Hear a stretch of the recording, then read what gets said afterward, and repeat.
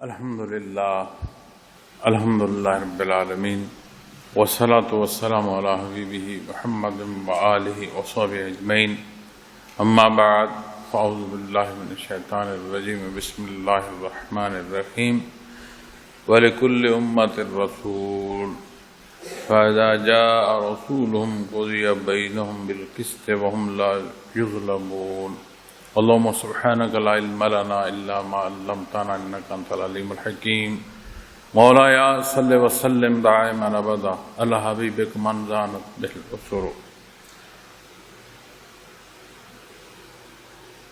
فجاء محمد سراجا منيرا فصلوا عليه كثيرا كثيرا. قابل احترام خواتین و حضرات، السلام علیکم ورحمۃ اللہ وبرکاتہ. میں نے آپ کے سامنے قرآن کریم سے ایک مختصر حصہ تلاوت کرنے کی سعادت حاصل کی ہے. شاد باری تعالیٰ ہے اور ہر امت کے لیے پیغمبر ہوا ہے. بس جب ان کا پیغمبر آتا ہے تو ان کا انصاف کے ساتھ فیصلہ کر دیا جاتا ہے اور ان کے ساتھ زیادتی نہیں کی جاتی. الحمدللہ اس ماہ مبارک ربیع الاول میں اللہ کریم نے یہ زندگی کی فرصت تحال عطا فرمائی. دعا گو ہوں کہ اللہ کریم یہ برکات ہم سب کو عطا فرمائے، سچی محبت اور عشق عطا فرمائے جو ہمارے نہ صرف اعلان بلکہ ہمارے کردار تک عیاں ہو. اللہ کریم نے اصول مقرر فرمایا ہے، یہاں وہ اصول بیان فرمایا گیا کہ اللہ کریم نے ہر امت کے لیے اپنا رسول، اپنا حبیب، اپنی مقرب ہستی جو ہے اسے مبعوث فرمایا اور فرمایا پس جب ان کا پیغمبر آتا ہے تو ان کا انصاف کے ساتھ فیصلہ کر دیا جاتا ہے اور ان کے ساتھ زیادتی نہیں کی جاتی.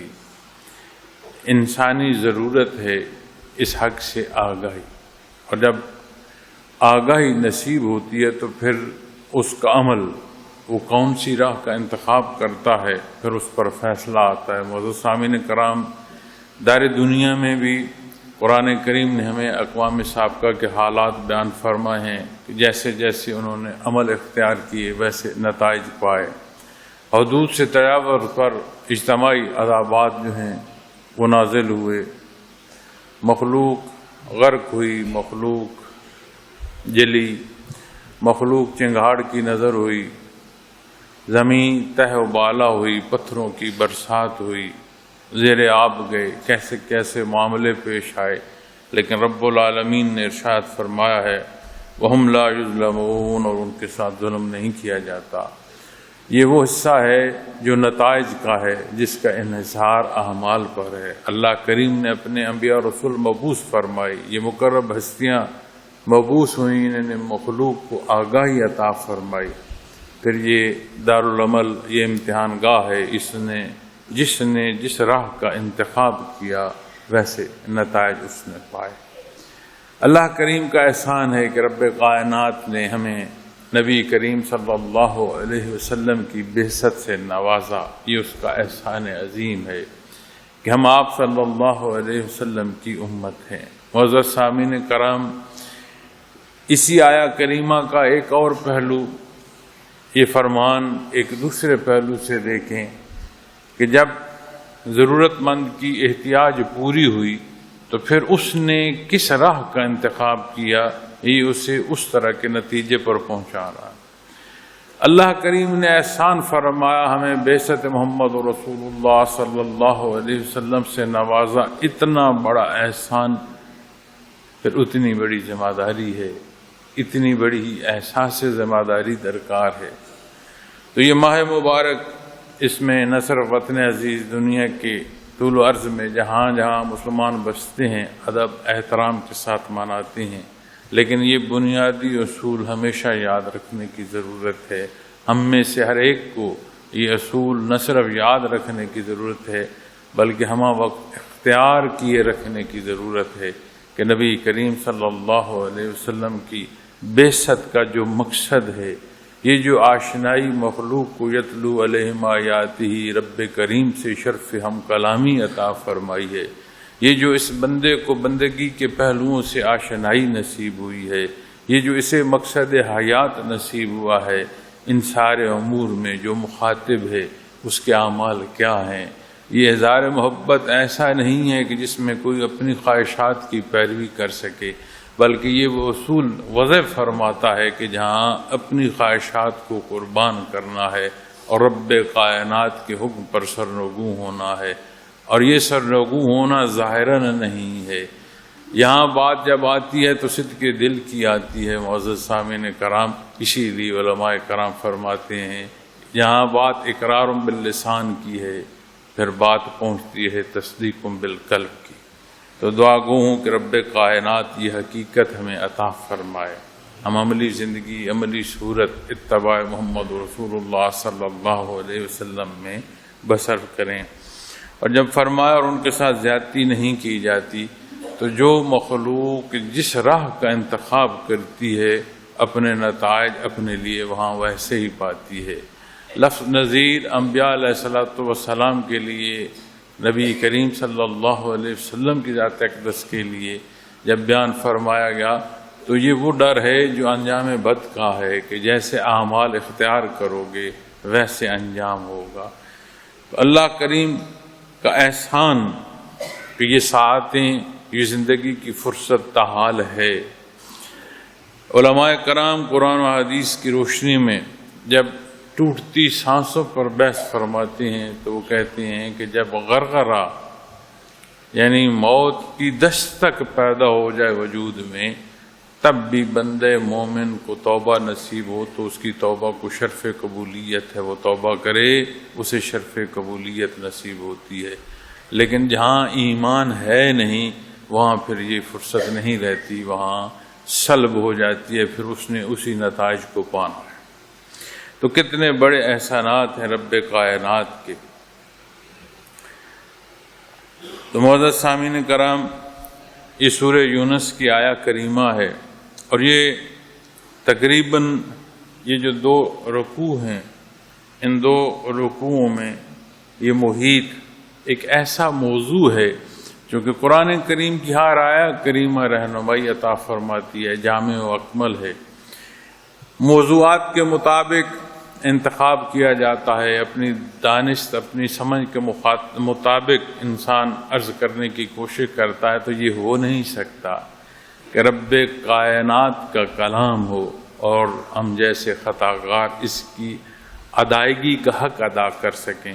تو یہ کمی بیشی بھی ہمیشہ پیش نظر رہتی ہے، اور اللہ کریم معاف فرمائے۔ لیکن جہاں جب بات آتی ہے ہر امت کے حوالے سے معزز سامعین کرام، تو اس آیہ کریمہ پر جو یہ فرمایا گیا کہ ان کا انصاف کے ساتھ فیصلہ کر دیا جاتا ہے، تو اس میں یہ دار دنیا کے حالات بھی ہے، اور قیامت کے حوالے سے بھی علماء کرام مفسرین کرام اس پر بحث فرماتے ہیں کہ وہاں جب ہر امت کا حساب ہوگا تو ان میں ان کا نبی اور رسول جو ہے وہ بطور شاہد گواہ موجود ہوں گے، تو ان کا حساب ہوگا۔ ضمناً ایک بات عرض کر دیتا ہوں، بات نازک ہے، حدیث شریف میں آتا ہے، حساب کتاب کے حوالے سے عرض کرتے ہوئے کہ نبی کریم صلی اللہ علیہ وسلم نے فرمایا کہ قیامت کے دن سب سے پہلے جس قوم کا حساب ہوگا وہ امت محمد رسول اللہ صلی اللہ علیہ وسلم ہے۔ مخلوق بے حد و حساب ہے، اور اللہ کریم آپ صلی اللہ علیہ وسلم کے سبب آپ کی امت کا حساب پہلے فرمائیں گے۔ اب یہ اعجاز بھی ہے اور کتنا نازک معاملہ ہے کہ سب سے پہلے اس کے حضور اپنے اعمال کی جواب دہی کی بات آئے گی۔ ایک طرف امتیاز ہے کہ مخلوق منتظر ہے، ارزاں ہے کہ بار الہ جو نتائج بھی آئیں، قیامت کی سختی ہے اس سے تو گزر جائیں۔ دوسری طرف امت محمد رسول اللہ صلی اللہ علیہ وسلم کا حساب رب کائنات مخلوق میں پہلے فرمائے۔ آنے میں تو نمبر آخر ہے، آپ کا فرمان ہے، لیکن روز محشر اس کا حصہ پہلے آئے گا۔ تو جب وہاں حساب کتاب کی بات آتی ہے تو پھر معاملہ بڑا نازک بھی نظر آتا ہے کہ کیا لے کر اس کے حضور پیش ہوں گے کہ بار الہ تو نے کیا کچھ عطا فرمایا، تیرے کتنے احسانات ہیں، اور میں تیرے حضور حاضر ہوں اور میں کیا لایا۔ ان معاملات میں یقینی بات ہے کہ ہم کمزور ہیں، نحیف ہیں، خطا کار ہیں، گناہ گار ہیں، عاجز ہیں، محتاج ہیں۔ بات تعمیل حکم کی ہے، لانے کو کیا کسی نے لے جانا، لیکن بات تعمیل حکم کی ہے کہ اس کے حکم پر سرنگوں کیسے ہو گئے اور کیسے بدبخت بھی ٹھہرے۔ وَيَقُولُونَ مَتَىٰ هَٰذَا الْوَعْدُ إِن كُنتُمْ صَادِقِينَ، کہ وہ کہتے ہیں اگر آپ سچے ہیں تو یہ وعدہ عذاب کب پورا ہوگا۔ اب یہ وہ خناس ہے کہ جو اس حق کے مقابل کسی نے اختیار کیا، وہ شیطنت ہے جو نہ صرف یہاں ڈبونے کا سبب ہوگی، ابدالآباد زندگی میں ڈبونے کا بھی سبب ہو جائے گی۔ تو معزز سامعین کرام، اسی طرح آیات کریمہ یہ حالات بیان فرماتی چلی جاتی ہیں کہ جیسے لوگ اعتراضات کرتے رہے، بدقسمت اور بدقسمتی اپنے لیے پیدا کرتے چلے گئے، تو ان آیات کے ساتھ پھر ایک ایسا حصہ بھی بیان فرمایا جا رہا ہے کہ یہ جب انکار کرتے آ رہے ہیں، گناہگاری کی زندگی اختیار کرتے چلے جا رہے ہیں، تو فرمایا ثم اذا ما وقع آمنتم به الآن وقد كنتم به تستعجلون، کیا پھر جب وہ واقع ہو جائے گی، یعنی قیامت قائم ہو جائے گی، تب اس پر ایمان لاؤ گے؟ فرمایا جائے گا اب مانتے ہو، بے شک اسی کے لیے تو تم جلدی مچاتے تھے۔ تو یہ بدبختی ہے کہ دار دنیا میں ایک تو انسان غلط راہ کا انتخاب کرے، پھر ایسی مستی کر رہا ہے، ایسی زیادتی کر رہا ہے کہ تکبر سے بھرا پڑا ہے اور متکبر رویے اختیار کرتا چلا جا رہا ہے، لیکن نقصان اپنا کرتا ہے۔ رب کائنات نے فرمایا وَهُمْ لَا يُظْلَمُونَ، اور ان کے ساتھ زیادتی نہیں کی جاتی۔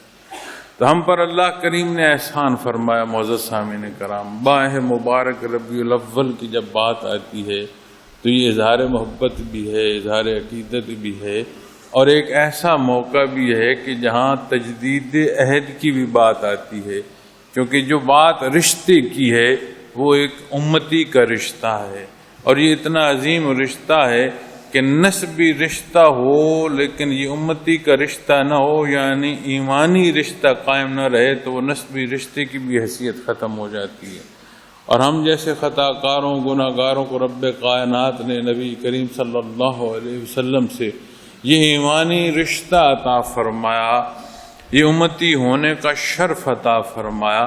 تو جب ہر امت کی بات ہو رہی ہے، تو جب بات آئے گی امت محمد الرسول اللہ صلی اللہ علیہ وسلم کی، تو پھر اس موضوع پر اپنے اعمال کا دیکھنا، اپنے کردار کا دیکھنا، اپنے معمولات کا دیکھنا، اس اظہار محبت کی نزاکتوں کا دیکھنا، تو جب ان باریکیوں کو ہم دیکھیں گے تو وجود کا ریشہ ریشہ جو ہے وہ کھڑک اٹھے گا۔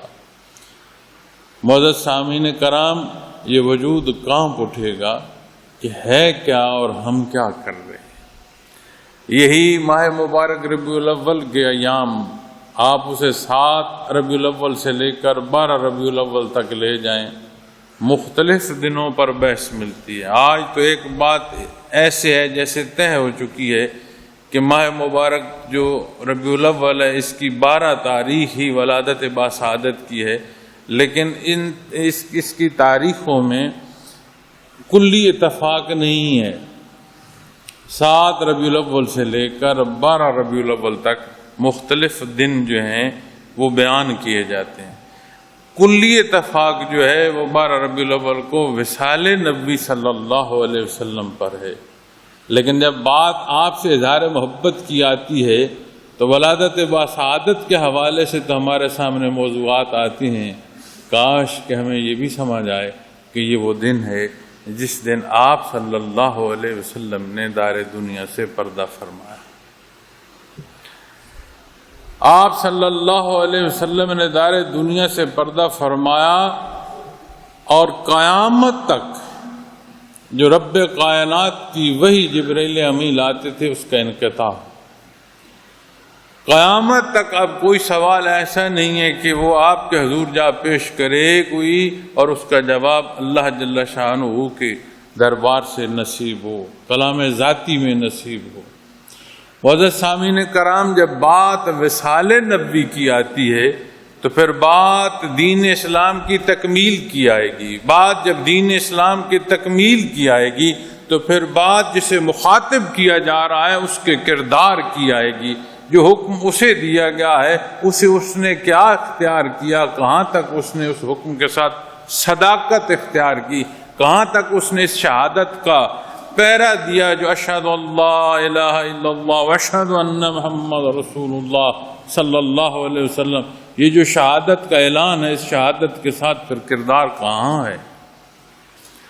آج جب اس موضوع پر بات ہوتی ہے اس نزاکت پر کوئی بحث نہیں کرتا کہ آپ صلی اللہ علیہ وسلم نے ساری زندگی کیسے بسر فرمائی اور دار دنیا سے پردہ فرمایا۔ حدیث شریف میں آتا ہے کہ آپ کا فرمان ہے کہ انبیاء علیہ الصلوۃ والسلام پر سب سے زیادہ مصیبتیں آئیں۔ پھر آپ نے فرمایا انبیاء علیہ الصلوۃ والسلام میں آپ صلی اللہ علیہ وسلم کی ایک ذات پر سب سے بڑھ کر مصیبتیں جو ہیں وہ آئیں۔ ہمہ وقت ہر لحظے وہ معیت باری تعالیٰ نصیب رہی۔ انہی دکھوں تکالیف نے آپ نے ابتدائے زندگی سے لے کر دار دنیا سے پردہ فرمانے تک ایک ایک لمحہ بسر فرمایا۔ جو حصے مخلوق کو تعلیم میں عطا فرمائے، تربیت میں عطا فرمائے، ایک ایک پہلو جو مخلوق کو نصیب ہوا۔ اب جب ہم اظہار محبت کرتی ہیں تو کیا یہ موضوع نہیں آئے گا ہمارے سامنے؟ ہم کہاں کھڑے ہیں، کیا کر رہے ہیں، اعلان کیا کر رہے ہیں اور ہمارے کردار کیا ہیں؟ معزز سامعین کرام، قرآن کریم نے ارشاد فرما، ہر امت کے لیے اللہ نے رسول مقرر فرما۔ دوسرا حصہ کیا وہ غور طلب نہیں ہے جہاں اللہ جل نے فرمایا کہ پھر ان کا فیصلہ انصاف کے ساتھ کر دیا جائے گا؟ کیا یہ حصے نہیں ہے غور طلب کہ انہوں نے ظلم اپنے اوپر خود ڈھائے ہیں؟ تو جب ہم ان سارے حالات کو دیکھتے ہیں معزز سامعین کرام تو پھر سمجھ آتی ہے کہ جہاں سے ایسا انصاف جو مخلوق کو بھی نصیب ہونا تھا وہاں اگر بے انصافی ہے تو اس محبت میں حقیقت ہم نے کھو دی۔ یہ وہ سچائی ہے جسے ضرورت ہے کہ ہم اپنے آپ سے بولیں۔ یہ وہ ہم کلامی ہے جو آج کے ہر خرابی اور ہر تنگی کا علاج ہے، لیکن ضرورت ہے کہ یہ سچائی ہم اپنے آپ سے کریں۔ یہ ہم کلامی کہ ہمیں خود کو ضرورت ہے۔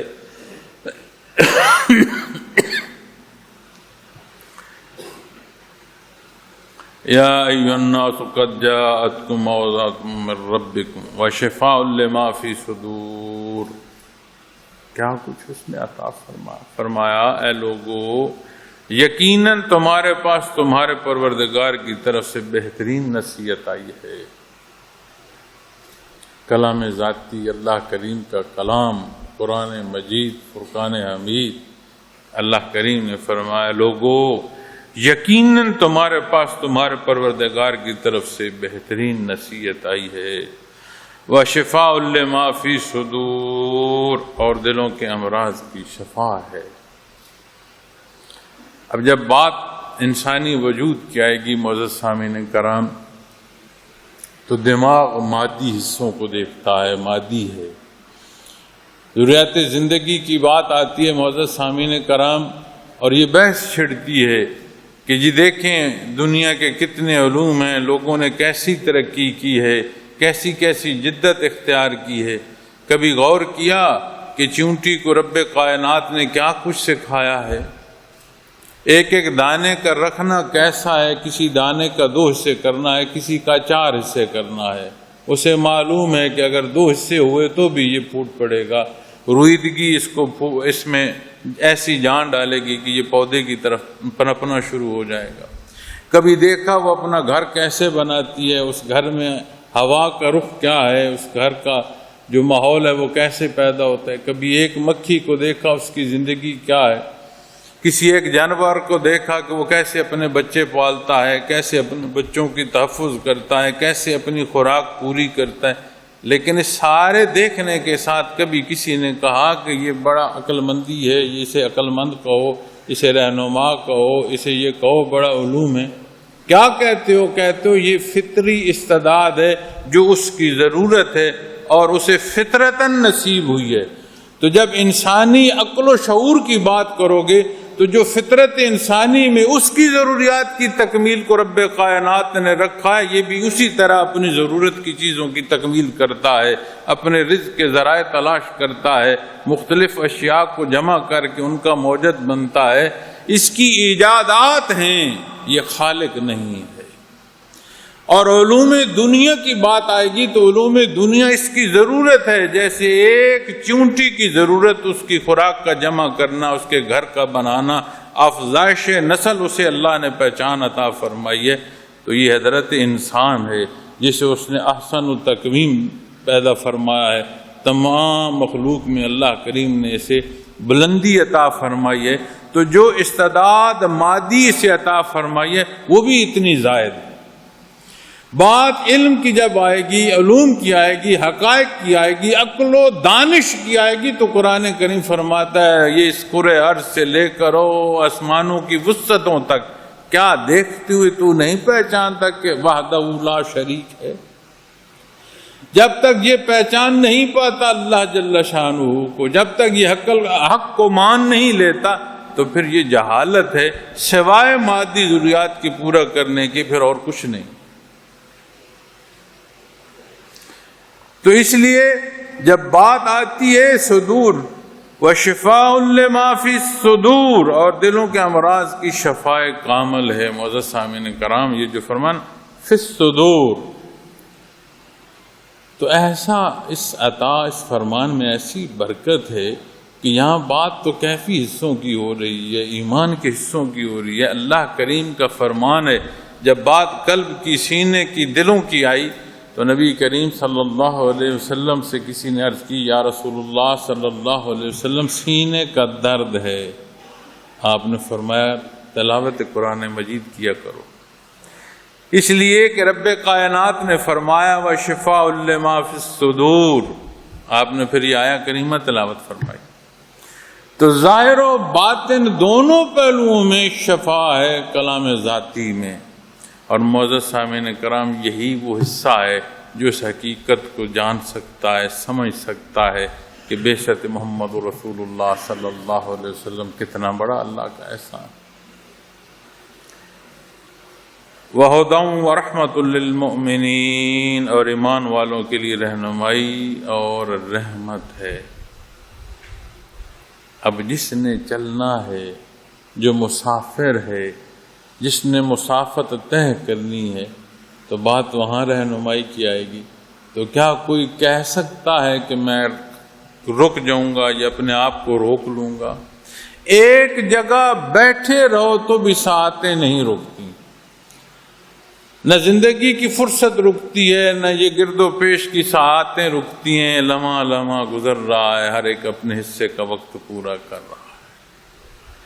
تو اس چلتے جہان میں کون رکا ہے جو ہم رک جائیں گے؟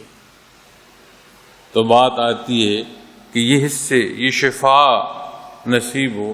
اب جب بات اس شفا کی آئے گی معزز سامعین کرام تو پھر بات آتی ہے کیفیت محمد رسول اللہ صلی اللہ علیہ وسلم۔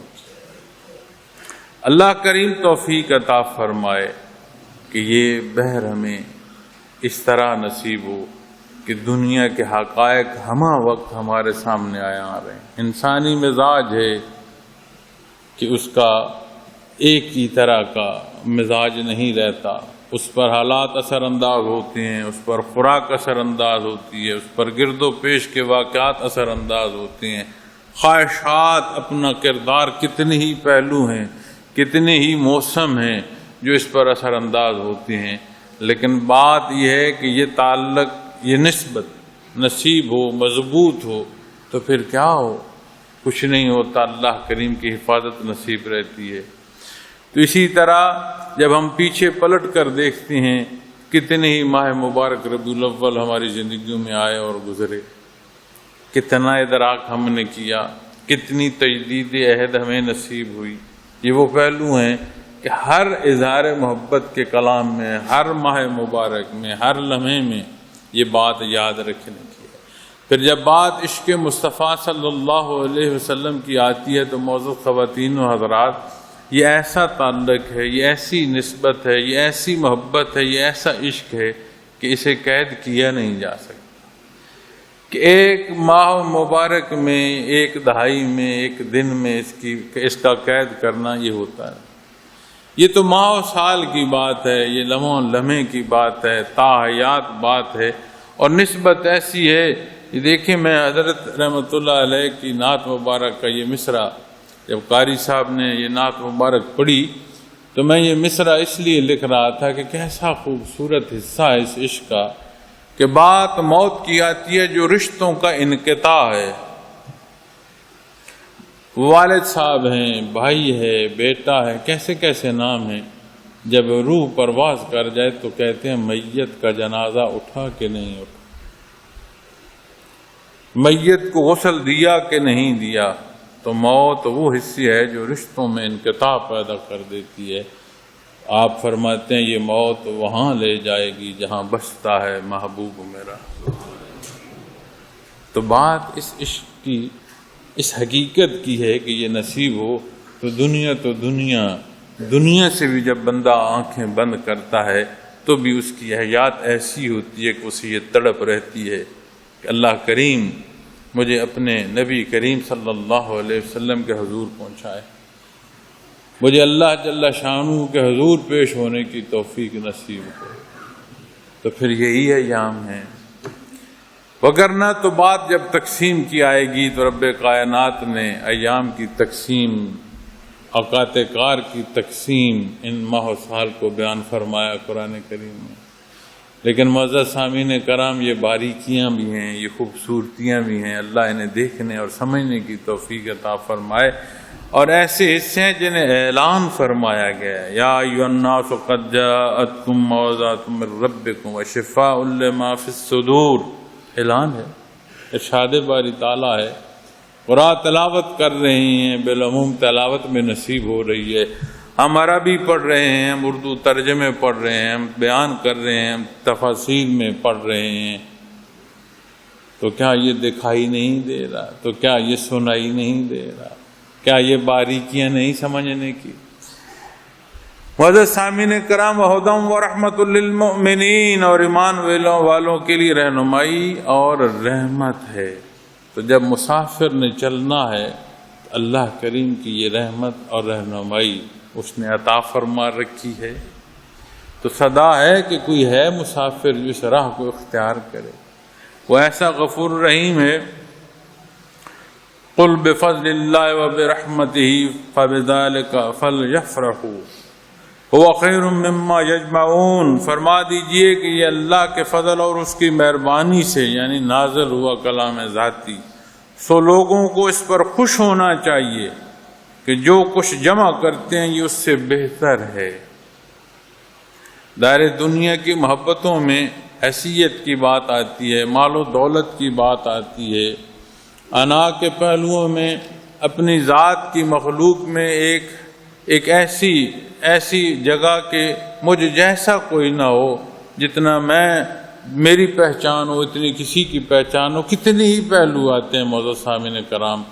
لیکن رب کائنات نے فرمایا ہوا خیر مما یجمعون، یہ جو کچھ تم جوڑے رکھتے ہو، جن کی خواہشات کرتے ہو، جو خواہشات نفس ہیں، ان سب سے بہتر ہے کیا؟ جو رب کائنات نے رہنمائی عطا فرمائی ہے، جو رب کائنات نے ہدایت عطا فرمائی ہے۔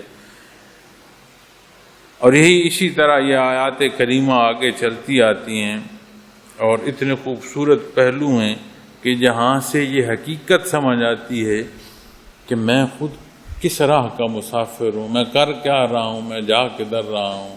معزز سامعین کرام، اللہ جل شانہ مزید فرماتے ہیں وما تکون فی شان وما تتلو منہ من قرآن ولا تعلمون من عمل الا كنا علیکم شہودا اذ تفیضون فیہ، فرمایا آپ خواہ کسی حال میں ہوں اور قرآن میں سے کچھ پڑھتے ہوں، آپ خواہ کسی حال میں ہوں اور قرآن میں سے کچھ پڑھتے ہوں، اور ایسی تم لوگ جو بھی کام کرتے ہو، پھر بالعموم پہلے آپ صلی اللہ علیہ وسلم کو مخاطب فرمایا، پھر بالعموم ارشاد فرمایا جب اس میں مصروف ہوتے ہو تو ہم بھی تمہارے سامنے ہوتے ہیں۔ وَنَحْنُ أَقْرَبُ إِلَيْهِ مِنْ حَبْلِ الْوَرِيدِ، تو مائیت باری تعالیٰ بالعموم تو ہر ذرے کو حاصل ہے، مومن و کافر کی کل بات ہے، ایک ایک ذرے کی بات ہے، لیکن جو آشنائی نور ایمان عطا فرماتا ہے، کبھی ہم نے محسوس کیا کہ میں بھی اپنے اللہ کے روبرو ہوں، یہ جو میں کلام کر رہا ہوں، یہ جو میں بیان کر رہا ہوں، آپ کی سماعت کی بات بعد کی ہے، اس پر سوچ کی پہلو بات کی ہے، اولیت تو یہ ہے کہ رب کائنات فرما رہا ہے کہ جب اس میں مصروف ہوتے ہو تو ہم بھی تمہارے سامنے ہوتے ہیں۔ کبھی مائیت باری تعالیٰ کی چاشنی ہم نے بھی محسوس کی۔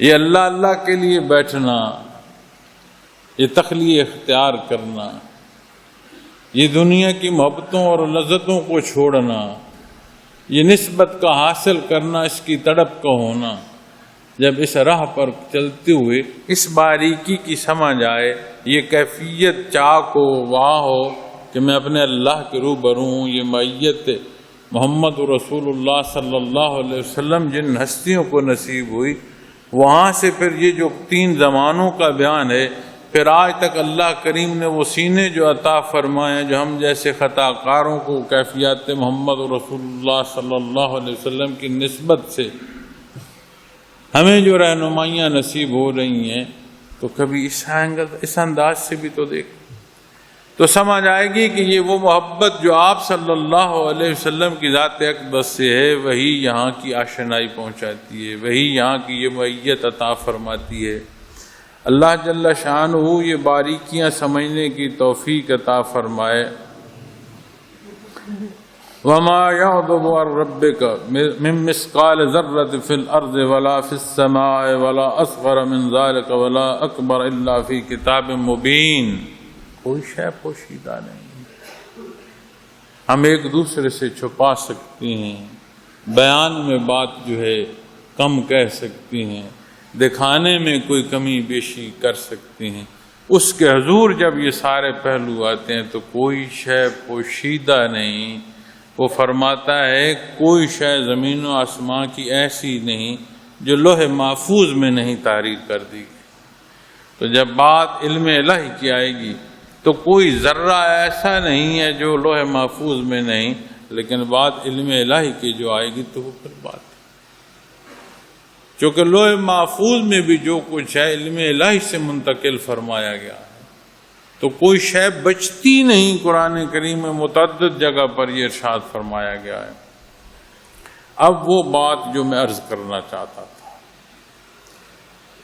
چونکہ قرآن کریم کی 2-3 صفوں سے آتے ہوئے جو موضوع میں آپ کے سامنے عرض کرنا چاہتا تھا وہ یہ ہے، اللہ جل شانہ نے فرمایا الا ان اولیاء اللہ لا خوف علیہم ولا هم یحزنون، جان لو بے شک جو اللہ کے دوست ہیں انہیں نہ کوئی خوف ہوگا اور نہ وہ افسوس کریں گے۔ کہاں سے نصیب ہو رہا ہے؟ فراز نبوت کی جب بات آتی ہے، یتلو علیہم آیاتہ ویزکیہم ویعلمہم الکتاب والحکمہ، یہ بعثت محمد رسول اللہ صلی اللہ علیہ وسلم ہی ہے جس نے اس مشت غبار کو رب کائنات سے ہم کلام کر لیا۔ یہ اس کے حضور گر گراتا ہے، یہ اس کے حضور عقیدت پیش کرتا ہے، یہ اس کے حضور اپنی ضروریات مانگتا ہے، ہر پہلو سے ایک رشتہ ہے جو نصیب ایسے کہاں سے جانا اس نے؟ بعثت محمد رسول اللہ صلی اللہ علیہ وسلم۔ بات آتی ہے اولیاء اللہ کی معزز سامعین کرام، ابن ماجہ کی غالباً حدیث شریف ہے، حضرت عمر فاروق رضی اللہ تعالیٰ عنہ سے روایت ہے، آپ فرماتے ہیں کہ وصال نبی کے بعد آپ مسجد نبوی تشریف لے گئے تو روضہ اطہر پر ایک صحابی رسول زاروں قطار رو رہے ہیں. آپ نے استغفار فرمایا کہ کیا سبب ہے رونے کا؟ تو انہوں نے عرض کی کہ مجھے نبی کریم صلی اللہ علیہ وسلم کا فرمان یاد آ گیا تو میں رو رہا ہوں. مزید پھر انہوں نے حدیث شریف آگے بیان فرمائی. انہوں نے فرمایا کہ معمولی سی جو ریا ہے، آپ نے فرمایا وہ بھی شرک ہے. معمولی سی بھی جو ریا ہے، آپ نے فرمایا ہے صلی اللہ علیہ وسلم کہ وہ شرک ہے. اور اللہ کریم کے دوست سے دشمنی، اللہ کریم کے دوست سے دشمنی یعنی ولی اللہ سے جو دشمنی ہے، وہ دعوت ہے اللہ جل شانہ کو جنگ کی. اب بات ولایت کی کر رہا ہوں، اللہ کے دوست کی کر رہا ہوں، جسے رب کائنات نے یہ شرف بخشا کہ یہ تعلق نصیب ہے، ان کی کر رہا ہوں. حدیث شریف میں ہے کہ ریا، معمولی سی ریا شرک ہے. اب جب بات ریا کی آئے گی تو شرع میں آپ دیکھیں تو پھر سمجھ آئی نا کہ ذات کی نفی ہے. یہاں تعلق جب بعثت محمد رسول اللہ صلی اللہ علیہ وسلم سے آئے گا تو پھر بے لوث آئے گا، خالص آئے گا، صاف آئے گا. فرمایا معمولی سی ریا جو ہے وہ شرک ہے. اور جو اس ریا سے بچا، کیا فرمایا کہ جو اللہ کے دوست سے دشمنی کرے، یعنی اسے وہ درجہ حاصل ہے کہ پھر وہ ایسا ہے جیسے اللہ کریم کو دعوت جنگ ہے، یعنی اللہ کریم پھر اس سے جنگ فرماتے ہیں. پھر فرمایا کہ اللہ کریم ایسے متقی بندے سے محبت فرماتے ہیں، اللہ کریم ایسے متقی بندے سے محبت فرماتے ہیں کہ جو مخلوق میں رہتے ہوئے غائب ہو جائے تو اسے کوئی ڈھونڈ نہ رہا ہو کہ یہاں کوئی تھا بھی صحیح کہ نہیں. ایسا گمراہ کہ اس کا ہونا بھی نہ ہونا تھا، کہ وہاں اس محفل سے اٹھ کر چلا گیا، کوئی پوچھ نہیں رہا کہ وہاں یہاں کوئی تھا بھی کہ نہیں. ایسی ذات کی نفی. فرمایا آ جائے تو کوہ سے سامنے آ جائے، غائب ہو جائے تو پوچھے کوئی نہیں. فرمایا کہ اگر وہ آ جائے تو اسے کوئی دعوت دے کے پاس بلائے کوئی نہیں. ایسے متقی سے اللہ کریم محبت فرماتے ہیں. ابتدا ریا کہ معمولی سی ریا بھی شرک ہے.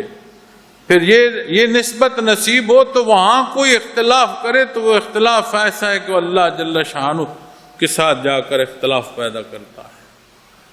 وہ اس سے مخالفت کرتا ہے تو وہ دعوت جنگ ہے اللہ جل شانہ کو. تو وہ کیسا بندہ ہو جہاں ریا نہیں ہے، جہاں ذات کی نفی ہے، وہ کیسا ہے؟ فرمایا کہ وہ غائب ہو جائے تو اسے کوئی ڈھونڈے نہیں، معلوم ہی کسی کو نہیں کہ یہاں کوئی ہے بھی صحیح کہ نہیں. ابھی بیان میں بھی میں عرض کر رہا تھا کہ زندگی ایک ایسا عمل ہے جو مسلسل چل رہا ہے، رکتا نہیں. اور سانسیں، یہ سانسوں کا ربط، یہ آنا جانا، یہ بھی تب تک ہے جب تک یہ زندگی کی فرصت ہے. قرآن کریم میں اللہ کی یاد کے حوالے سے اہل جنت کی بھی بات کی جاتی ہے تو ایسا فرمایا جاتا ہے کہ ان کے ساتھ اللہ کی یاد ایسے جوڑ دی جائے گی جیسے دنیا میں تم سانس لیتے ہو. تو دنیا کی زندگی بسر کرتے ہوئے ایسی زندگی بسر کرنا نصیب ہو جائے کہ ہر سانس میں اللہ کا نام مزین ہو، تو یہ انداز اہل جنت کا ہے. تو جب بیٹھے فرصت ملے تو بجائے لائٹیں گننے کے یا پنکھے گننے کے وہ لمحات اللہ کی یاد میں بسر کر لیے جائیں تو کیسا ہے. تو جب موقع ملے، فرصت ہو، تو اسے اس پہلو سے گزارا کریں کہ وہ لمحات اللہ کی یاد میں بسر ہو رہے ہیں تو وہ بیٹھنا محض بیٹھنا نہیں رہے گا. اس کا درجہ اور اس کی کیفیت اور حال ہو. تو جب تک فرصت بھی ملے تو وہ لمحہ بھی ایسا کہ اللہ کی یاد میں بیتایا جا رہا ہو تو وہ فارغ اور یا فراغت کے معنوں میں نہیں آئے گا، عبادت کے درجوں میں داخل ہوگا. اور عملی زندگی، عملی صورت، اس میں اللہ کریم کی پسند کو دیکھا جائے، نبی کریم صلی اللہ علیہ وسلم کی رہنمائی کو دیکھا جائے، تو زندگی کا کوئی پہلو نہیں بچتا کہ جس پہلو میں اعمال عبادت کے طور پر نہ داخل ہو رہے. تو میں آپ کے سامنے حدیث شریف پیش کر رہا تھا. تھوڑا سا یہ تعطل جو پیدا ہوا یہ مائک کی وجہ سے، انشاءاللہ بہتر ہو جاتا ہے، لیکن چونکہ کچھ حصے آن ہیں تو میں اپنی بات جو ہے اور اپنی گزارشات جو ہیں وہ جاری رکھتے ہوئے عرض کرتا ہوں کہ اللہ جل شانہ نے ارشاد فرمایا، حدیث شریف ہے کہ جو ریا ہے معمولی سی وہ بھی شرک ہے، اور اللہ کریم کا جو دوست ہے ولی اللہ ہے اس سے کوئی دشمنی اور عناد کرتا ہے تو اللہ کریم کو دعوت جنگ دے رہا ہے. اب جب ولی کی بات آتی ہے تو بنیادی طور پر نور ایمان ولایت کا ایک درجہ عطا فرما دیتا ہے. اللہ ولی الذین آمنوا، ہر صاحب ایمان ولایت کے ایک درجے پر ہے تو یہ حصہ اسے نصیب ہوگا. اب اس میں وہ ترقی کے پہلوؤں کو اختیار کرتا ہے یا اعمال بد، خدا نخواستہ اعمال بد اختیار کرتا ہے تو بات پھر تنزلی کی طرف بھی جائے گی. یہ جو کہنا یا سمجھ لینا کہ خیر ہے یہ تو گناہ صغیرہ ہیں، یہ گناہ صغیرہ چلتے چلتے پھر کفر کی طرف لے جاتے ہیں، بندہ شکوک میں مبتلا ہو جاتا ہے، ابہام پیدا ہو جاتے ہیں. شیطان روکتا نہیں، ازلی دشمن ہے. وہ جو کفر کر رہا ہے اس سے مزید دشمنی یہ کرتا ہے کہ اسے مزید کفر میں ڈبوتا ہے. اچھے جائے کہ جان ایمان کی بات ہو رہی ہو، عبادات کی بات ہو رہی ہو، اعمال صالح کی بات ہو رہی، وہاں سے تو اسے اور تنگی ہوگی. تو فرمایا نبی کریم صلی اللہ علیہ وسلم نے کہ اللہ کریم ایسے بندے سے محبت کرتے ہیں کہ جس کا نہ ہونا کسی کو سمجھ ہی نہ آئے، کوئی تلاش نہ کرے، ڈھونڈے نہیں کہ یہاں کوئی تھا، ایسا مٹا ہوا آدمی. اور اگر وہ واپس آ جائے تو کوئی اسے اپنے پاس دعوت دے کے بلائے نہیں. مزید فرمایا کہ ان کے قلوب ایسے روشن چراغ ہوتے ہیں کہ گھٹا ٹوپ اندھیریوں میں بھی، اندھیری جو ہے طوفان جو ہیں سیاہ طوفان فرمایا ان میں سے بھی وہ گزر جاتے ہیں. تو یہ ولایت کیسے نصیب ہوتی ہے؟ در مصطفیٰ صلی اللہ علیہ وسلم. معزز سامعین کرام، یہ لمحات تجدید عہد کے ہیں. یہ حیات کی فرصت رب کائنات کی عطا ہے کہ اس کا ایک ایک لمحہ جو ہے اسے بروئے کار لایا جائے، کوئی لمحہ ضائع نہ ہو. تو فرمایا الا ان اولیاء اللہ لا خوف علیہم ولا هم یحزنون. اب وہ کیسے ہوں گے، ان کے ساتھ کیا ماجرا پیش آئے گا، ان کا مزاج کیا ہوگا؟ فرمایا جان لو ان اولیاء اللہ، بے شک، اس میں کوئی شک نہیں. فرمایا بے شک جو اللہ کے دوست ہیں لا خوف علیہم، ان میں کوئی خوف نہیں ہوگا. خوف کسے کہتے ہیں؟ کوئی معاملہ پیش آنے والا ہو تو جو آنے والا موقع ہے اس وقت انہیں کوئی خوف نہیں ہوگا. وہ اللہ کریم کی رحمت دیکھ رہے ہوں گے، اس کا کرم اور احسان دیکھ رہے ہوں گے. حدیث شریف میں آتا ہے کہ آپ صلی اللہ علیہ وسلم نے فرمایا کہ جو اللہ کریم کے ملنے کو پسند کرتا ہے اللہ کریم اس کے ملنے کو پسند فرماتا ہے. جو اللہ کریم کے ملنے کو مکروہ جانتا ہے اللہ کریم اس کے ملنے کو مکروہ جانتے ہیں۔ امہات المومنین میں سے ایک ہستی نے عرض کی کہ یا رسول اللہ صلی اللہ علیہ وسلم بالعموم موت کو برا جانا جاتا ہے۔ آپ نے فرمایا اس کا مطلب یہ نہیں ہے، اس کا مطلب یہ ہے کہ جب وقت نزا آتا ہے تو جو زندگی سالے بسر کرتا ہے، نور ایمان جسے میسر آتا ہے، عطا ہوتا ہے اور ایمان سے زندگی بسر کرنا نصیب ہوتی ہے، تو اسے وہ انعامات نظر آتے ہیں، فرشتے اسے خوشخبریاں دیتے ہیں، وہ چاہتا ہے کہ میں اللہ کے حضور پیش ہوں۔ تو فرمایا جو اللہ کو ملنا چاہتا ہے اللہ کریم بھی اس کو ملنا چاہتا ہے۔ فرمایا جو کفر میں زندگی بسر کرتا ہے، بدبختی میں زندگی بسر کرتا ہے، اسے پھر اگلے نتائج فرشتے بتاتے ہیں، اس کے منہ پر مار پڑتی ہے اور اسے اگلے نتائج دکھاتے ہیں کہ جو کچھ تو نے کیا تیرا نتیجہ یہ سزا کے طور پر تیار ہے۔ وہ پھر موت کو مکروہ جانتا ہے، وہ نہیں چاہتا کہ میں اگلے جان جاؤں، مجھ پر موت واقع ہو۔ تو فرمایا جا رہا ہے کہ لا خوف علیہم، کوئی اس پر خوف نہیں ہوگا کہ آنے میں کیا ہونا ہے، اس کا حال اس کے سپرد، اس کا ماضی اس کے سپرد۔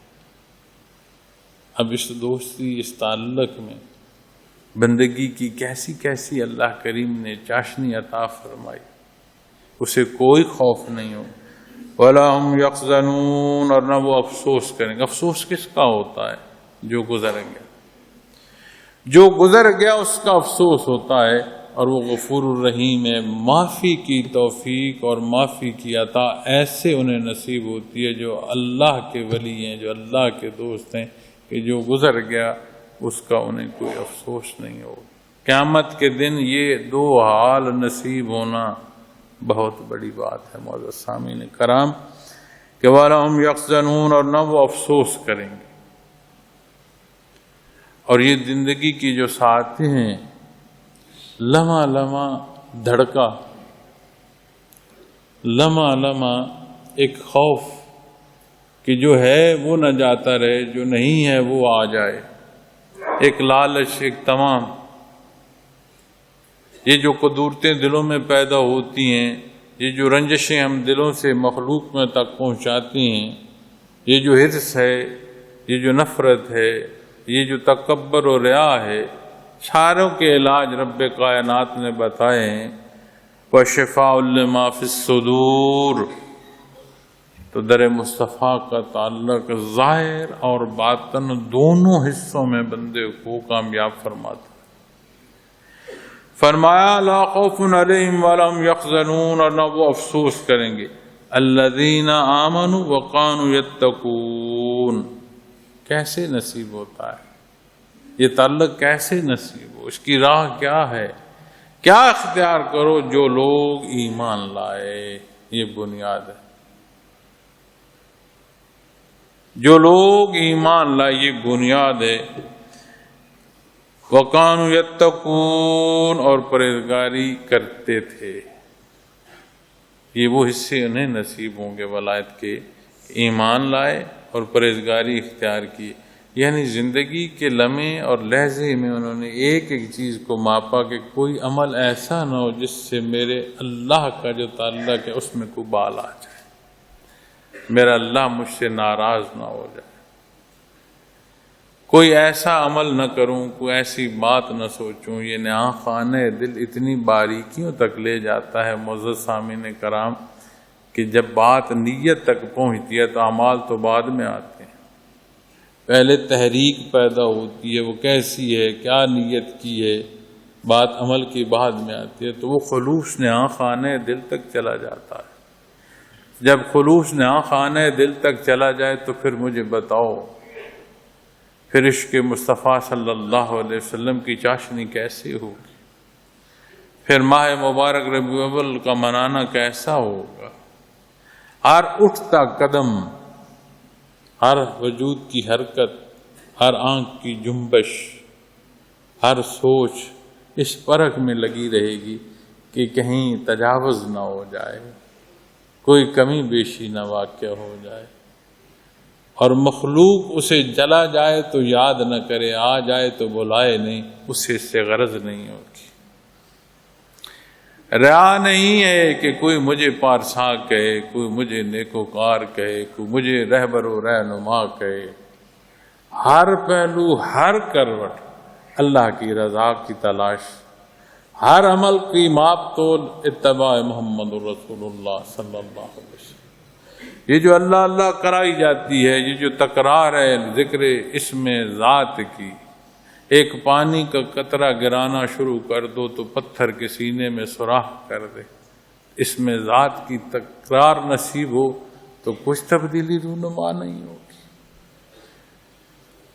یہ جو مخلوق اللہ کے نام پر جمع ہوتی ہے معزز سامعین کرام، یہ جو ذکر و اذکار کی محافل سجتی ہیں، یہ جو اللہ کے نام پر جمع ہونے والوں میں ہم جیسا خطا کار کوئی بیٹھتے تو اس کی بخشش کی بھی حدیث شریف اعلان فرماتی ہے۔ کیوں کہ وہ اپنے کام میں بیٹھا نہیں، فرمایا میری یاد میں بیٹھنے والوں میں وہ اپنی یاد کو کام کو بیٹھا، اس کی بخشش کا بھی فرمان جاری ہوتے ہیں۔ تو یہ عام بات ہے۔ ہمارے نزدیک امور کی اہمیت ضرورت کے مطابق ہوتی ہے، سمجھ کے مطابق ہوتی ہے، تو وہ کون سی ضرورت اور وہ کون سی سمجھ ہے جو اللہ اور اس کے حبیب صلی اللہ علیہ وسلم کے در سے اٹھا دے۔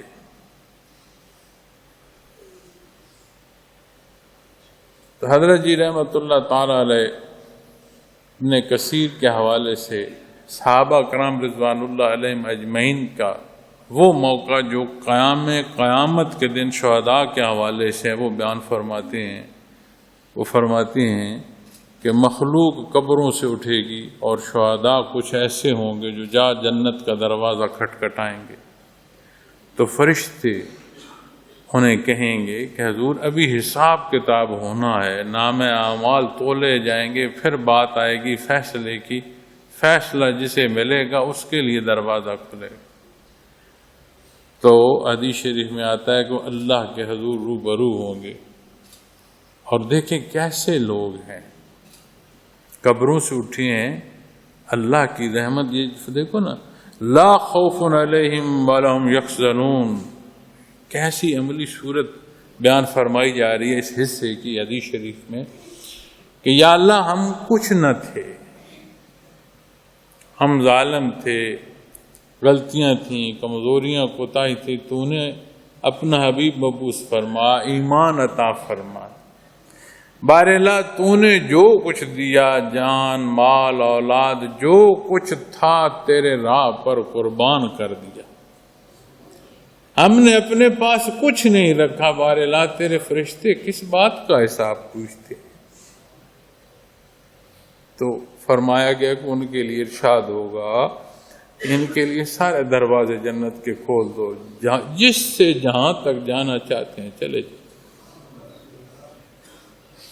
تو جب ہم اپنے معمولات کو دیکھتے ہیں، ہمارے لیے عام کیا ہے کہ میری ذات عام ہو، دنیا کی سہولتیں میرے پاس ہوں، حیثیت میرے پاس ہو، جیسا میں ہوں ایسا اور کچھ نہ۔ اور کہاں بات یہ کہ کوئی اٹھ جائے اور کسی کو معلوم بھی نہ ہو، کوئی آ جائے کوئی محسوس بھی نہ کرے کہ کوئی آ جائے، ایسا مٹ جانا کیسا ہے۔ الذین آمنوا وکانوا یتقون، ایک ایک بات کو سوچ رہا ہو کہ کوئی ایسا معاملہ نہ ہو جس سے میرا اللہ مجھ سے ناراض ہو جائے۔ حضرت جی رحمۃ اللہ تعالی علیہ فرمایا کرتے ہیں کہ خوف کی بحث کرتے ہو، ایک خوف محبوب کے روٹھ جانے کا بھی ہوتا ہے۔ وہ فرماتے ہیں متقی کے معنوں میں وہ خوف آتا ہے جو محبوب کے روٹھ جانے کا ہے۔ یہ تعلق مع اللہ، یہ حضوری جو قرآن و حدیث بیان فرماتے ہیں، ہم نے بھی کبھی محسوس کیا اس کا احسان کہ اس نے بطور توارث ایمان عطا فرمایا۔ کیا ہمارے ایسے اعمال ہیں کہ اس نور ایمان کی چاشنی اس درجے کی ہمیں بھی محسوس ہو کہ میں اپنے اللہ کے روبرو، ہم پتہ نہیں دیکھ پا رہے ہیں کہ نہیں دیکھ پا رہے،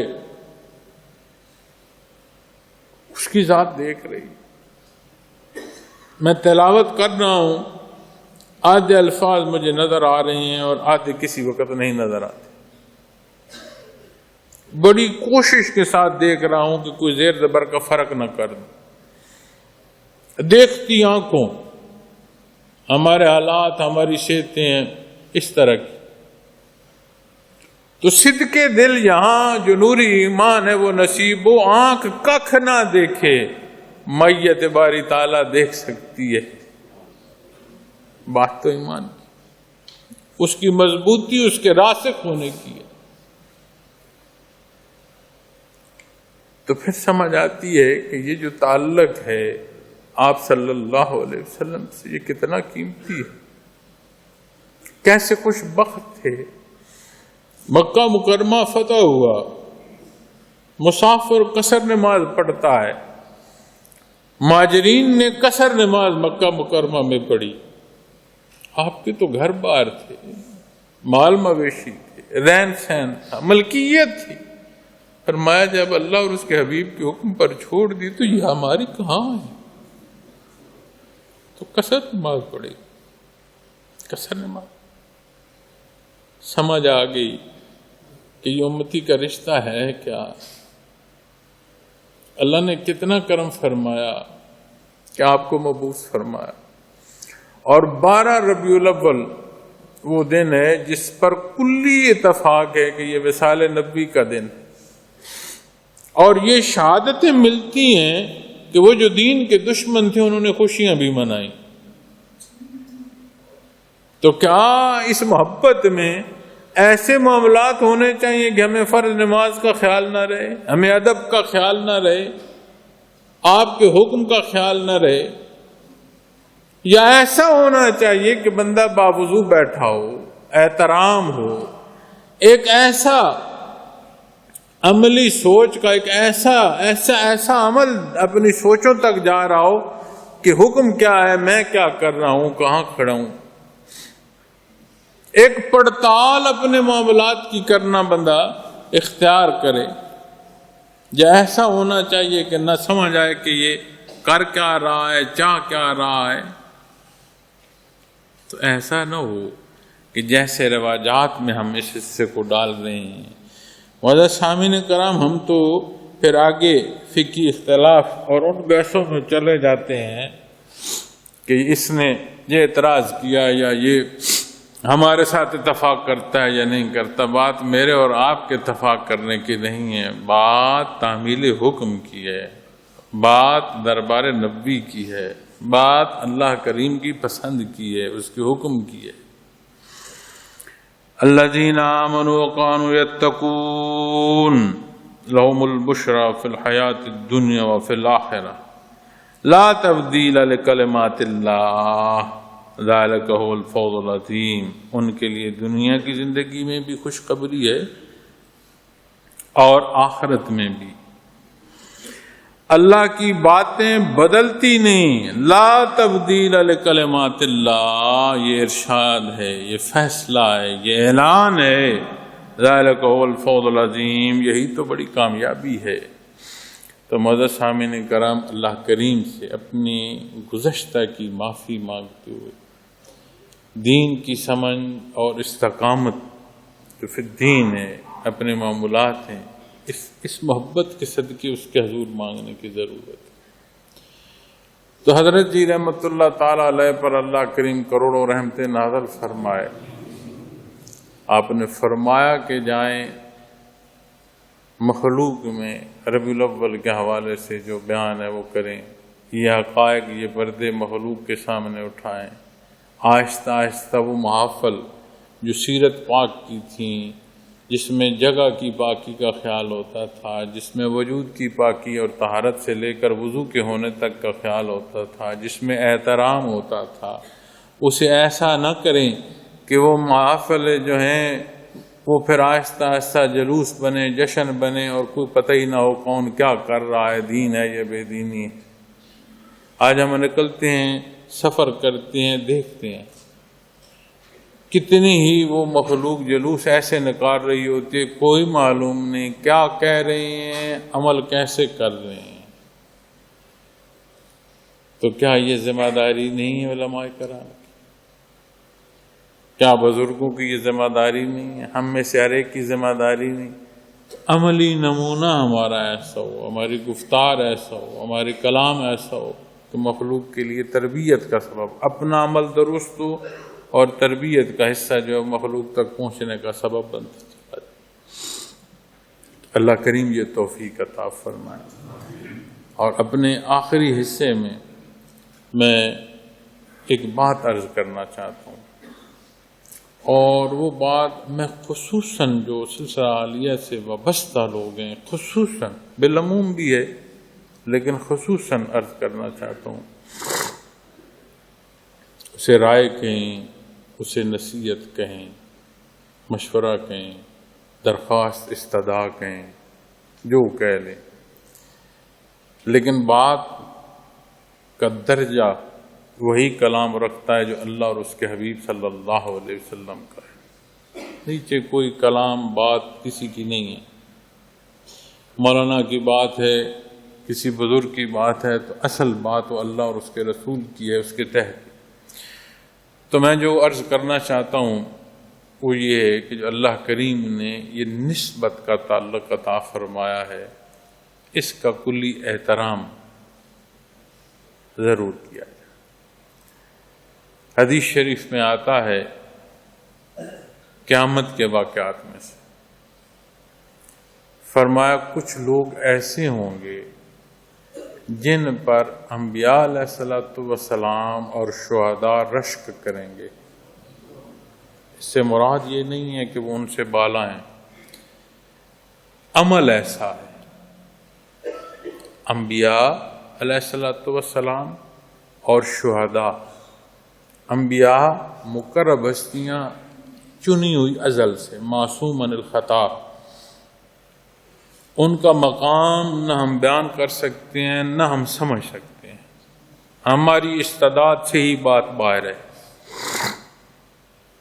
اور دوسرے شہداء، گواہ جنہوں نے شہادت جان دے کر دی، وہ گواہ شہید، فرمایا وہ رشک فرمائیں گے کنہیں؟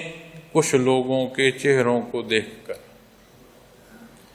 فرمایا ان کے چہرے اتنے نورانی ہوں گے، اتنے نورانی ہوں گے کہ وہ دیکھ کر رشک فرمائیں گے۔ پھر نور کے مینار ہوں گے، ستون ہوں گے، مینار نور کے ہوں گے جن پر انہیں بٹھایا جائے گا۔ کب؟ قیامت کے دن۔ وہ کون ہوں گے؟ جن کا آپس میں کوئی رشتہ، کوئی کاروبار، مجبوری دنیا کی یا ذات کی نہیں ہوگی، وہ ایک دوسرے سے محبت معاذ اللہ کے لیے کرتے ہوں گے۔ تو معاذ اللہ کے لیے جو رشتہ نصیب ہو وہ بڑا قیمتی ہے۔ تو کس لیے بیٹھے ہو؟ رشتہ کیا ہے؟ کسی کا گھر کہیں، کسی کی قوم کوئی، کسی کا رنگ کوئی، کسی کی حیثیت کوئی، ایسا ہی ہے۔ کس لیے جمع ہو؟ اللہ کے لیے۔ تو پھر اصول وہی رکھنے کی ضرورت ہے، اس کلام میں بھی، ہم کلامی بھی ہو، برتاؤ بھی ہو، پھر ہمارے اس رشتے میں پھر اور کوئی کاروبار نہیں آنا چاہیے۔ یہ ایک بات جو اس کے نام پر ملنا نصیب ہے، یہ ایک رشتہ جو اس کے نام پر قائم ہے، یہ ایک گھر کا ہونا، ایک خاندان کا ہونا جو اللہ کے نام پر ہے، اسے خالص اسے خالص رکھنا، اسے خالص رکھنے کی اپنی تئیں ہر کوشش کرنا۔ دنیا میں بے شمار حصے ہیں، بے شمار معاملہ، تو یہ وہ حصہ ہے کہ اللہ جل شانہ کا خصوصی احسان ہے۔ اللہ کریم ان دو ایمان والوں سے محبت فرماتا ہے جن کا کوئی اور رشتہ نہ ہو معاذ اللہ کی ذات۔ اللہ کریم یہ خالص تعلق رکھنے کی توفیق عطا فرمائے۔ وآخر دعوانا الحمدللہ۔